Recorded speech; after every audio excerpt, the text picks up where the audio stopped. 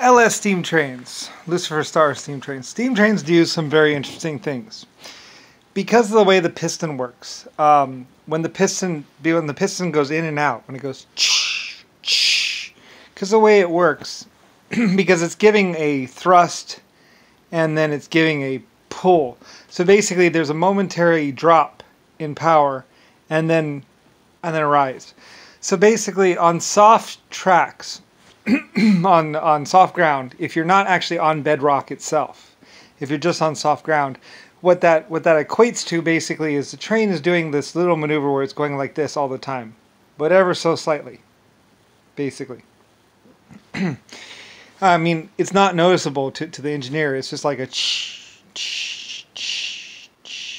but what that equates to over like a year or two basically is and because it's the same stroke, every train is the same stroke. So, and you normally, that's why sometimes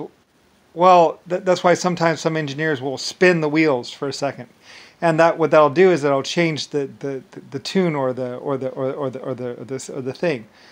But anyway, if you never spin your wheels, if you just go,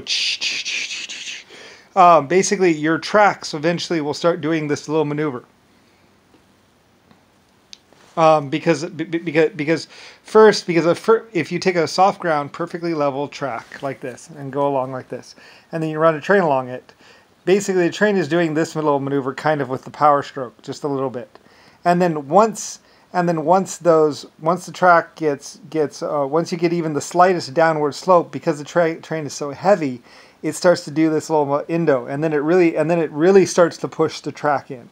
So what begins as just a little bitty minor little downward, like a little bit of a slope, becomes like this, and then and over like 2 or 3 years time, I shouldn't stutter, but over 2 years time, you'll get like this big wave going inside your track.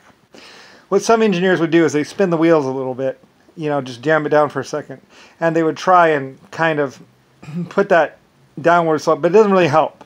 Basically, in general, what you always get pretty much like this wave going. Every train, that's why you can't build tracks on soft ground or whatever. They try and do some other stuff like with the gravel and stuff like that, but realistically what it is basically is pretty much as the train's going along, because it's going it's getting to that end of that stroke. And that's one of the reasons why what we started to do actually is put inside pistons. So when this piston gets all the way out, this other piston is hitting. So basically it powers, so as this one runs out of power and hits the end of its stroke and then hits reverse, this other one's powering. And what that does is that eliminates the wave a little bit. See, if you just have one set of pistons churning, going, you'll get a wave going. But if you have the inside ones as well, it compensates for the wave. It compensates for that end stroke power drop. And basically what you get is a much more fluid, much more constant. That's why when we went from the outside cams to the outside and the inside cams, that's why we did that, was because we were getting a wave. And so we put the inside cams, and so that stops the wave, and so the power stroke is a lot more even on the trains. And that's why we did that, was because our tracks were starting to go like this. Because no matter whether, unless you build it on bedrock, you're going to get a wave going. So, anyway, and that's one of the reasons why diesel engines didn't have that problem, because it's electrical motors, and they just provide constant even power. And that's one of the advantages to the electric DC motors and all that other stuff. And a wave can actually happen also, also get it in shift positions too. Like when like on the transmissions, when you're going diesel to transmission and not doing the electrical electrical motor, every time the engineer would shift would shift gears, the train would kind of do a little bit of a drop and then pull up. And at a train station, if you're doing that every single day over 5 years, you'll get a wave. You always get that little dip, and then once you get the dip, then the engine goes down and does that, and then every car goes, every car does that little thing, and then that, because they're so heavy, they just kind of push the track down even more. And so every 6 months or every year, they'd be out there lifting up the tray up the tracks and then packing rocks underneath and then putting it back down. And basically, what that is from that's from the end stroke of the piston or the shift when the driver of the train shifts gears and lets out the clutch, because the train is like 60,000 tons or 30,000 tons. Basically, what that is, when you shift a train at like 30,000 tons, it won't feel the dip, but basically that is basically 30,000 pounds going like that. And it's at the same spot every single time because you go. So, and that's every single train that goes through there. So, anyway, so you always get this wave going.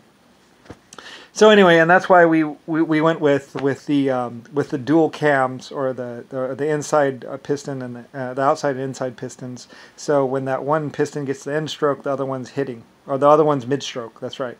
So it's kind of like this one gets to there, and that one has already started on its pull. So basically, it gives a much more instead of a, because it doesn't actually dip. It just kind of, but the force is still there. So anyway, LS steam engines, and what we had to do to counter the wave. They say it's a wave, man, because I'm serious. You get these waves in the tracks every time. You're like, why is there a wave in my track? So anyway, to counter that, and that's also like every time you'd shift, and also like if you're coming up to a hill or something like that, they would downshift. And when that hits, that little pull down, when those rails hit, it always dips. Even if it doesn't actually dip the engine, it's actually, it'll dip. The ground will just a little bit, and then just a little bit more, and a little bit more, and then you'll get this little dip going. And then once you get a real dip, an actual elevation drop, then because it has to go through that, and when it hits on the bottom, on the low, and then every train car is doing this maneuver, so then it's driving down it even more, so you'll get some really serious like waves going inside the tracks. So anyway, and that's why trains and engines, when they were going with gravel and all that kind of stuff, they had to go with something that's really smooth, because then you just go and then it goes, and then it's no longer a wave anymore. And that's another reason why, and that's why we went from the 2 wheels to the 5 wheels. That was for going up hills and also for going down, and to try and eliminate the wave, but it didn't really eliminate the wave. It was a piston thing. And also on hills and stuff, when you have 4 wheels all in a line, it didn't really work because one was always high centering. So we had to go with this dual sprung system, which meant a whole new train. And we used those for a while, and those could go through the wave and all that other stuff. And it was a question of, but it just, we tried it both ways, like a solid suspension, 5 wheels, and then we tried the broken up 3 and 3 driving wheels. But yeah, anyway, my trains, LS and LC manufacturing.